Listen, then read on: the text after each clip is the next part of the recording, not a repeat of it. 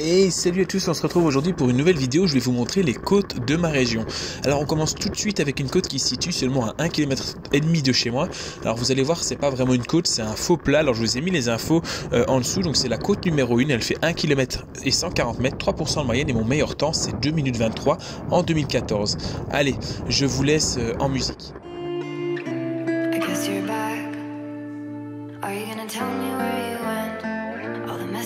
I sent with no reply. It's like that. You're just gonna walk into my room. I hate how you assume I'll take the pleasure and the pain, the sorrows in your brain, 'cause I know you're on the run. C'est plat comme vous l'avez vu, mais pour arriver au-dessus, il faut se donner parce que souvent le vent est mal placé dans cette bosse et c'est un faux plat qui fait très mal. Allez-y, bosse suivante.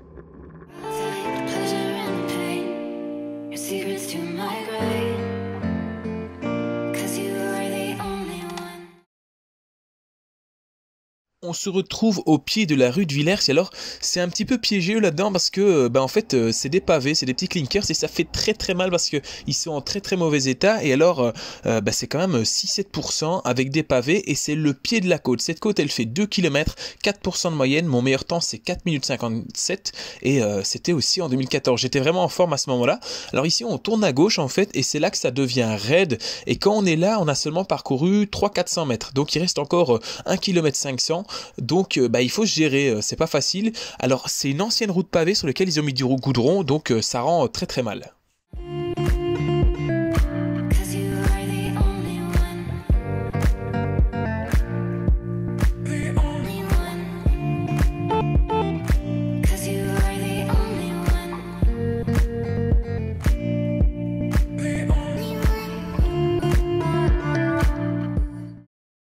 Allez, on est au-dessus presque, il y a un dernier faux plat qui est quand même assez long à cet endroit-là. En fait, on est accouillé près du cimetière et on est tout en haut de la rue de Villers. C'est un long faux plat qui monte aux alentours de 4-5% et c'est aussi très dur à ce moment-là parce qu'en fait, on a également un vent qui peut être mal placé, ça peut faire mal.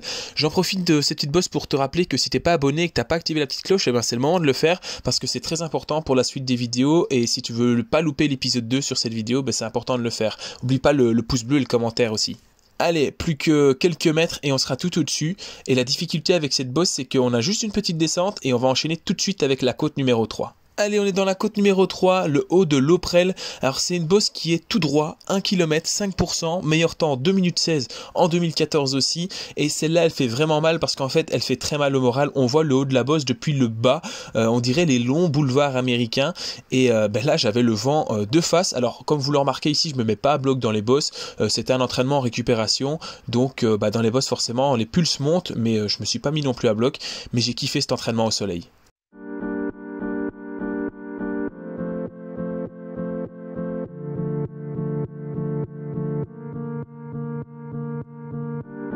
Allez, on est au-dessus, c'est bientôt fini. Alors c'est raide quand même, on dirait pas comme ça, mais c'est 3-4% avec un vent de face, on a l'impression de pas avancer.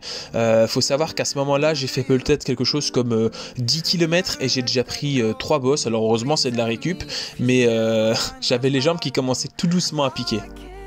Alors vous voyez, on voit un petit peu la route là qui au loin commence à se raplatir. Et en fait ce sera pas fini. Quand on sera arrivé à cet endroit là, il y aura encore quelques mètres de faux plat jusqu'à un panneau où il est marqué Gerpine.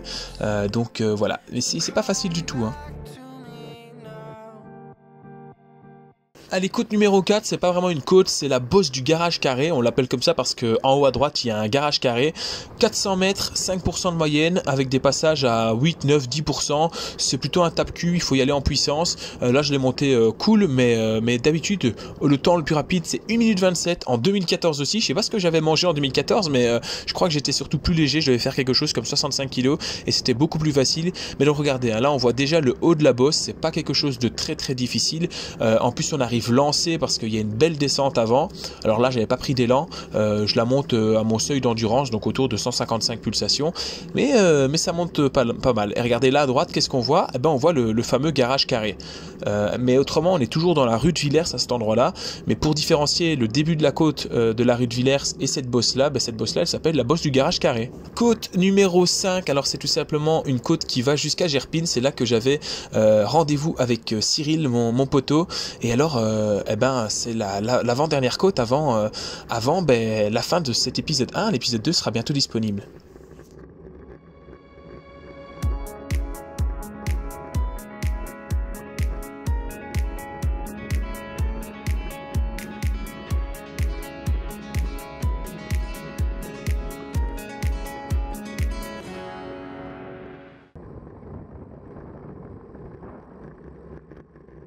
Et voilà, la meilleure pour la fin de cet épisode, côte numéro 6, c'est la Goulette.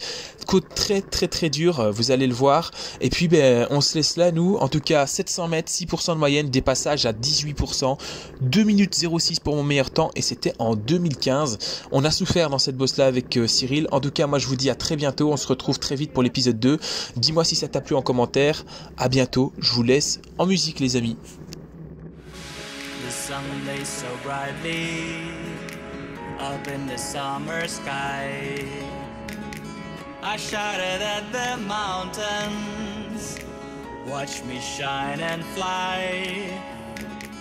But then cracked the thunder and the heavens cried.